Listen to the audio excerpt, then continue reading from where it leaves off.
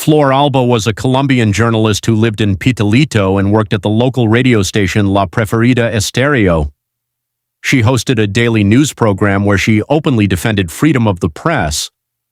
In addition, Flor worked as a journalist for regional Channel 6, and before that she had worked for a national Colombian television channel. Her acquaintances, colleagues, and the people who served as sources for her reports described her as a simple, charismatic, and above all, honest woman. This integrity drove her to always delve deeply into the issues and events she covered in her work as a journalist. It is also worth noting that her radio show was not the only platform through which Flor raised her voice. She was also a passionate advocate for the truth on her social media. Her partner, Aris Hernandez, described her as a hardworking woman who would wake up at 5 a.m. to teach Spanish classes. He also said that Flor would have breakfast with her mother-in-law and then go to work at the radio station at 11 a.m. After that, she would head to the news channel, and at the end of the day, she would return home around 6 p.m. At home, she did not rest but continued studying, as she was also pursuing a bachelor's degree in foreign languages. Flor firmly believed in justice and considered her work as a journalist to be about delivering the truth to the public. That belief was what motivated her and made her a well-known journalist who stood up for her region. Speaking about the place where Flor lived, it should be noted that the municipality of Pitalito in Colombia is known for its high level of criminal groups, contract killings, and other crimes, as well as the growing trade in illegal substances. Given this situation and Flor's moral principles, we can say that it was quite common for her to receive various threats on a daily basis. Her loved ones, especially her mother Olivia Vargas, were constantly concerned about her safety. They asked her to always remain cautious, which was not easy for her. Any injustice she witnessed compelled her to raise her voice. Thursday, September 10th, 2015, began as an ordinary day for the journalist.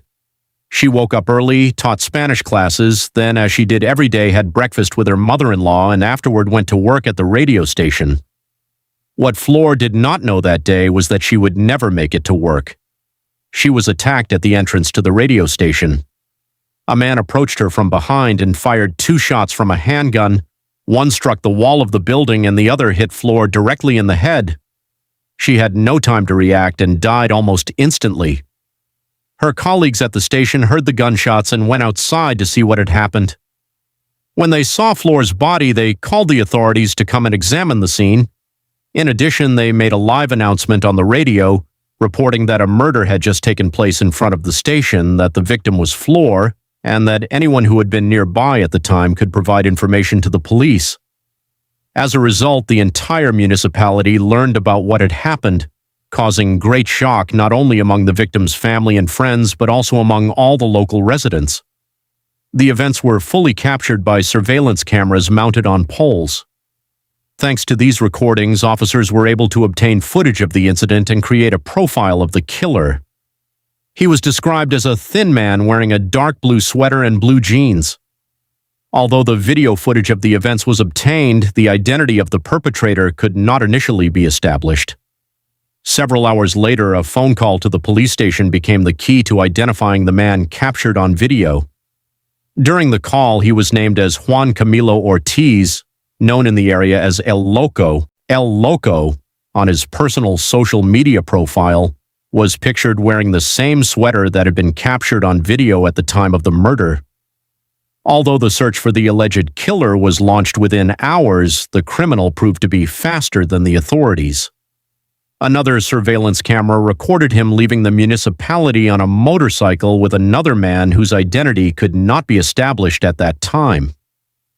Meanwhile, the journalist's murder became known not only throughout the municipality but across the entire country, and it was widely condemned as an attack on press freedom.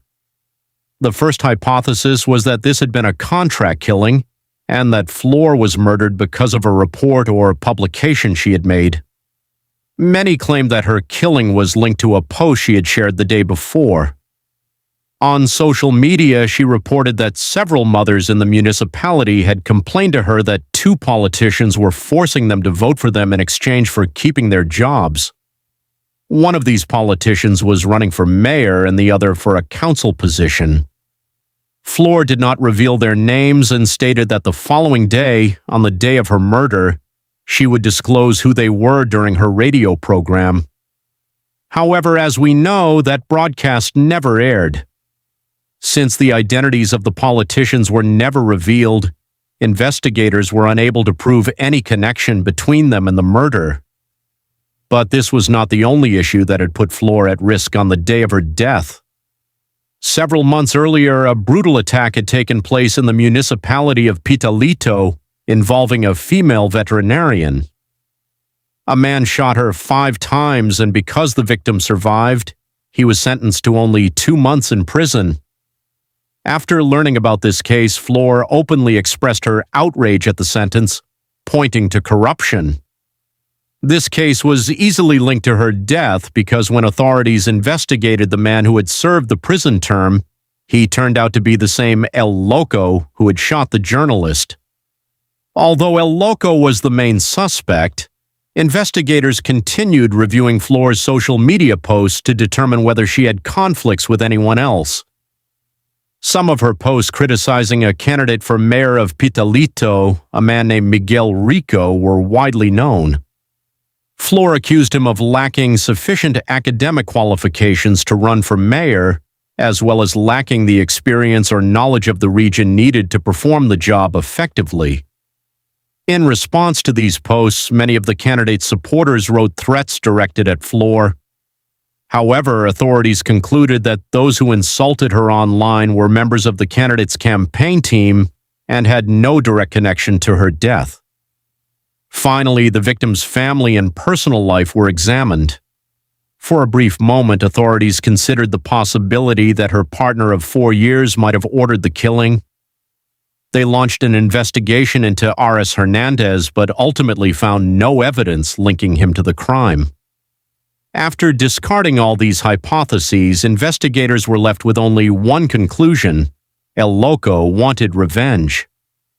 A few days later, the police received a call from someone who had witnessed El Loco's escape and identified his companion as Alberto Flores, widely known as El Chori. It is important to note that both suspects had extensive criminal records involving robberies, theft, and other offenses. And we must not forget the attempted murder for which El Loco had been imprisoned just months earlier. Despite having video evidence, a motive, and 2 suspects, Fleur's case stalled. Several weeks passed after her murder, and the police in Pitalito were still unable to determine the whereabouts of El Loco, let alone El Chori. As the investigation reached a dead end, the police took measures they hoped would encourage the public to provide relevant information about the suspects. A reward of 100 million Colombian pesos was offered, and images of the 2 men, along with descriptions and their full names, were broadcast in the news. A few days after the reward was announced, a man called the police after recognizing El Loco in the municipality of Palmito, which is about a 20-hour drive from Pitalito. The caller said that El Loco was working at a restaurant. Based on this information, officers carried out a police operation and successfully arrested Fleur's killer. At the time of his arrest, the man made no statements. He exercised his right to remain silent and requested an attorney.